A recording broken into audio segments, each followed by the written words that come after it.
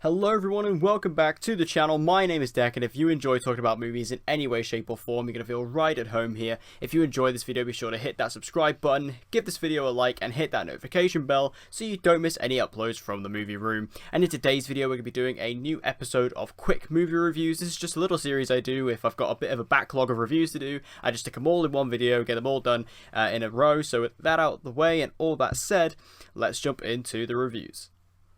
First up, we have Clint Eastwood's latest film, Richard Jewell. Now, Richard Jewell is a film that, going into it, I was kind of unsure of how it was going to go, because Clint Eastwood, although I've not seen much of his filmography, from what I have seen, it's very hit or miss. So I feel like Richard Jewell was a movie that really could have gone either way. And for me, Richard Jewell was a film that I ended up enjoying the story of. I do like the story that the movie is portraying, but I just feel like the script and the dialogue, it just came across as incredibly fake and kind of dumb at times, particularly when it comes to like Olivia Wilde's character and John Hamm's characters. They were both kind of cartoons in this movie. I mean, at least, you know, Sam Rockwell gave it his all, as he always does, and Paul Walter Hauser as Richard Jewell was a fantastic performance.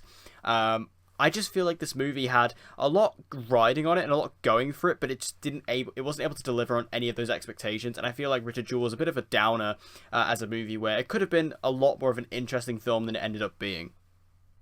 Then we have Greed. Now, this film was something I wasn't expecting to enjoy as much as I did. Now, let me just say first up, I don't think this movie is particularly great, but I bloody loved it. I mean, this is a British comedy, which I love British comedy, so that was already a step. And also, this has David Mitchell in a leading role, who is the main star of my favourite British comedy of all time, Peep Show. I adore Peep Show. I adore David Mitchell.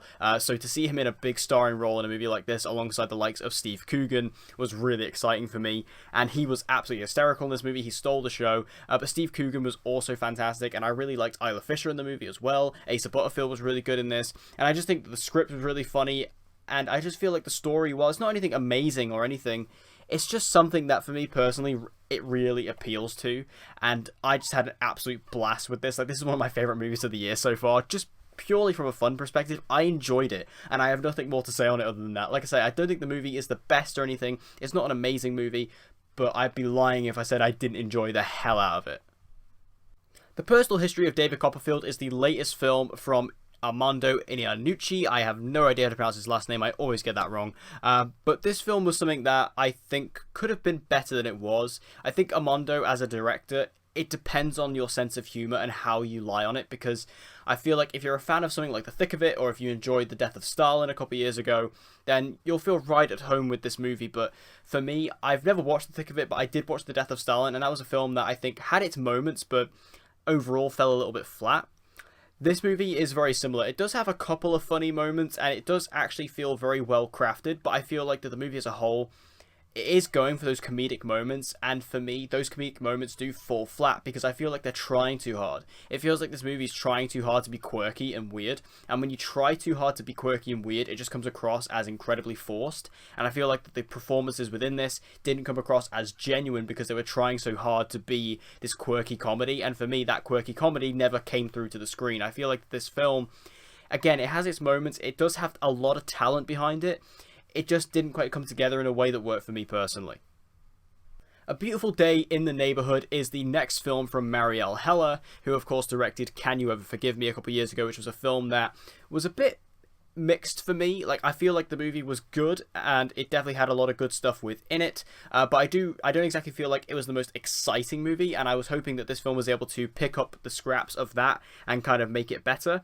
And for me, this movie was a step up from Can You Ever Forgive Me. While still not being an amazing movie, this was a film that was just really easy and chill. Like, you can go into it and just relax with it, and while it doesn't do anything particularly extraordinary, it's a really nice story that you could just follow along with and get involved in. And I just feel like the movie is really riding on the performance of Tom Hanks, of course, playing Mr. Rogers, or Fred Rogers, and I feel like his performance, it is fantastic. It's a really good representation of Mr. Rogers, and I feel like that his performance as well, it just exudes all of this loveliness and wholesomeness. And, you know, pairing that with Matthew Rhys's character, who is kind of the almost polar opposite of that, they serve as good foils for one another. And I think that the film is well directed, it's nicely written, it's really well shot at times, and I think that the movie does have a lot riding on it. And again, it was a step up from Can You Ever Forgive Me, which I think is continuing to prove that Marielle Heller is a director to watch in the future. And finally, we have the next film from Robert Eggers, which is The Lighthouse. I was so excited to see The Lighthouse. I watched The Witch very recently, and that was a film that I very much enjoyed. I thought it was very good as a horror movie, and The Lighthouse just seemed to be even more intriguing to me, and my god, this movie is amazing. The Lighthouse is just so intricately shot. Everything about it just has so much care and passion put into it.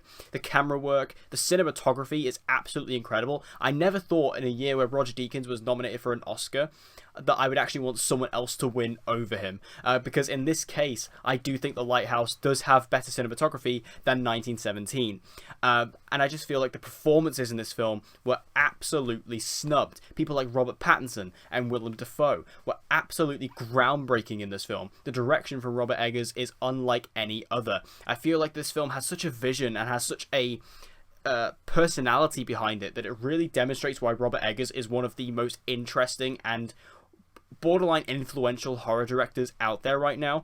Both him and Ari Aster are both proving that horror has got some new masters behind it, because my god, was this movie a wonder to watch. While I don't understand everything within it, there's definitely some deeper meaning going on behind some of the themes within it.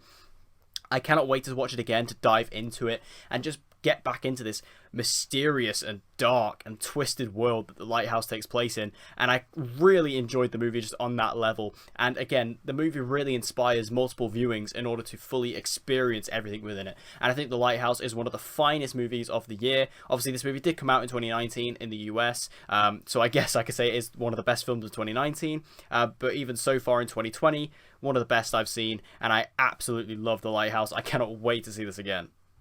So what did you guys think about any of the movies that we discussed today? Have you seen them, and what did you think about them? Make sure you let me know your thoughts in the comment section down below.